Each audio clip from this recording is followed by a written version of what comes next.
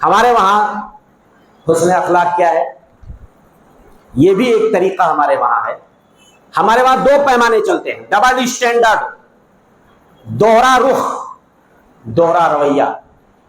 اگر کوئی صاحب شہرت ہے، صاحب دولت ہے، اثر و رسوخ والا ہے، ہمارا اس سے کوئی فائدہ جڑا ہوا ہے، کوئی دنیاوی فائدہ، کوئی دنیاوی منفعت، تو ہم ملتے ہیں، بانچھیں پھاڑ پھاڑ کے ملتے ہیں، ساری بتیسی ہماری باہر آ جاتی ہے. مسکرانا نہیں چاہتے دل سے، پھر بھی ہم زبردستی کا مسکرا رہے ہیں. کیوں؟ ہمارا فائدہ ہے. کوئی خستہ حال، پریشان حال، ضعیف، مسکین، کمزور، غریب، بے حیثیت، کم مایہ، کم دولت، گمنام آدمی اگر ہے، کیوں اس سے ہم بھائی اچھے سے ملیں گے؟ یہ تو کسی موڑ پہ ہماری مدد بھی نہیں کر سکتا، کوئی مدد نہیں کر سکتا.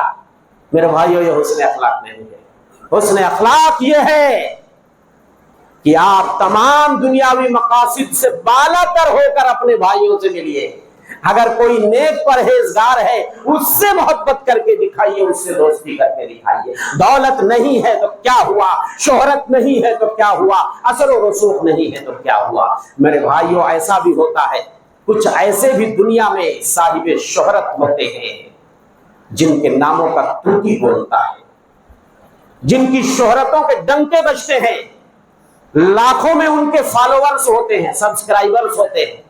ہاں، ایک معمولی سی اگر کلپ ڈال دینا سوشل میڈیا پہ، منٹوں میں لاکھوں ویو مل جاتے ہیں. لیکن میرے بھائیو، یاد رکھو، اللہ کی نگاہ میں بڑائی اور بزرگی اور برتری کا معیار یہ نہیں ہے کہ کسی کے فالوورز لاکھوں میں ہو جائیں، کسی کے پاس اگر دولت کا انبار لگ جائے. اللہ کی نگاہ میں بڑائی اور بزرگی کا یہ معیار نہیں ہے. اللہ کے وہاں بڑائی اور بزرگی کا معیار اگر ہے، وہ تقویٰ ہے. اللہ دل دیکھتا ہے، عمل دیکھتا ہے، نہ تمہاری دولت دیکھتا ہے، نہ تمہاری شہرت دیکھتا ہے، نہ تمہاری صورت دیکھتا ہے. اللہ کی نگاہ اگر ہوتی ہے تو بندے کے دل کی طرف ہوتی ہے، اس کے عمل کی طرف ہوتی ہے.